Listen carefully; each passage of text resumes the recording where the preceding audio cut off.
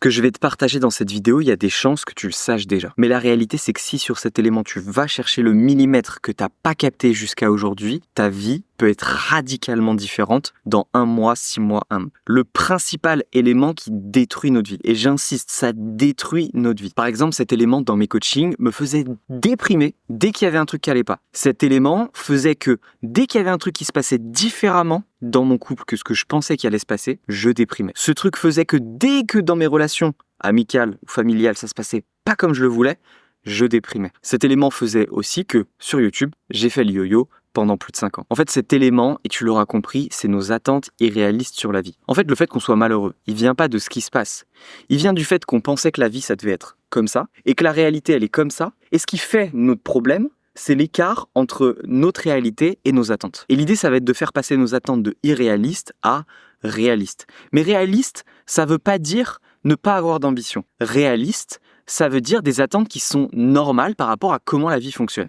Si par exemple, j'attends que les gens fonctionnent en fonction de ce qui est important pour moi. On pourrait se dire, non mais Duncan, j'attends pas ça des autres. Mais regarde, dans ton couple ou avec tes amis, qu'est-ce que tu espères que les autres fassent vis-à-vis de ce qui est important pour toi? Qui t'en parle tout le temps, qui te questionne là-dessus, qui fasse des activités par rapport à ça, qui te propose des activités là-dedans. Mais sauf que moi, je le vois bien, ma nana s'intéresse pas au business autant que moi. Et donc, quand je vais lui parler de business, naturellement, elle va pas être intéressée. Mais si j'attends qu'elle soit tout le temps intéressée par le business, je vais péter un câble.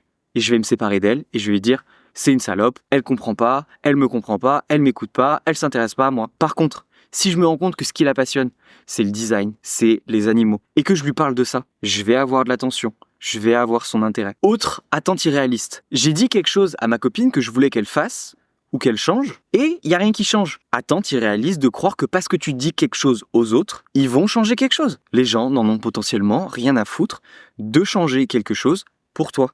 On a plein d'attentes irréalistes comme ça. Le fait que quand on apprend quelque chose, on devrait le maîtriser du premier coup. Le fait que tout le monde devrait pouvoir réussir à bien gagner sa vie.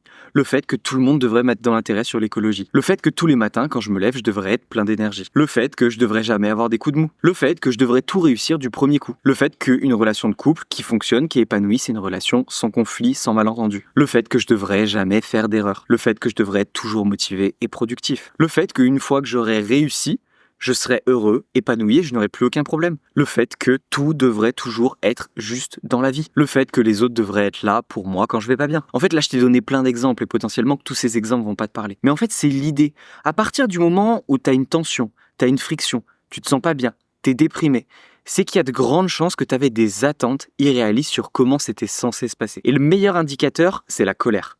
La colère, c'est quand ce qui se passe factuellement est différent de ce qu'on attendait et ce qu'on croyait qu'il allait se passer. Et donc l'exercice que je t'invite à faire, c'est la prochaine fois que tu ressens de la colère en toi, questionner cette colère. C'était quoi mon attente? Qu'est-ce que je m'attendais à avoir, obtenir, faire, être? Qu'est-ce que je m'attendais à ce qui se passe? Et ensuite de questionner, ça aurait été quoi le problème si ça s'était passé comme dans mon fantasme, comme dans mes attentes. Est-ce que mon attente, elle est si réaliste que ça? Et des fois, on n'en a pas conscience, des fois, c'est subtil. Moi, par exemple, je me rends compte que quand j'ai envie de ma copine et que je vois et je sens que c'est pas forcément réciproque ou que ça fait plusieurs jours que j'essaye de lui montrer que j'ai envie d'elle et qu'il n'y a pas grand-chose qui bouge, qu'elle fait pas vraiment de pas vers moi, je sens une frustration. Mais j'avais du mal à mettre des mots dessus et à comprendre ce qui se passait. Et ça a duré plusieurs années comme ça. Jusqu'à ce que je comprenne que j'avais une attente irréaliste, que parce que moi j'ai envie, elle a autant envie que moi. Une autre attente irréaliste, c'est que elle va, au bout d'un moment, venir vers moi et me montrer qu'elle a envie de moi. Une autre attente irréaliste que j'avais, c'est qu'à chaque fois qu'on faisait l'amour, ça devait être incroyable. Bref, que tu veuilles améliorer tes relations, ton business, ta santé, ta productivité, peu importe, tu vas avoir besoin de questionner tes attentes, les remettre en question, les challenger, jusqu'à arriver à des attentes qui soient réalistes. Par exemple, une des attentes que j'avais qui était irréaliste, c'était que je voulais que mon business sur YouTube marche en quelques semaines, voire quelques mois.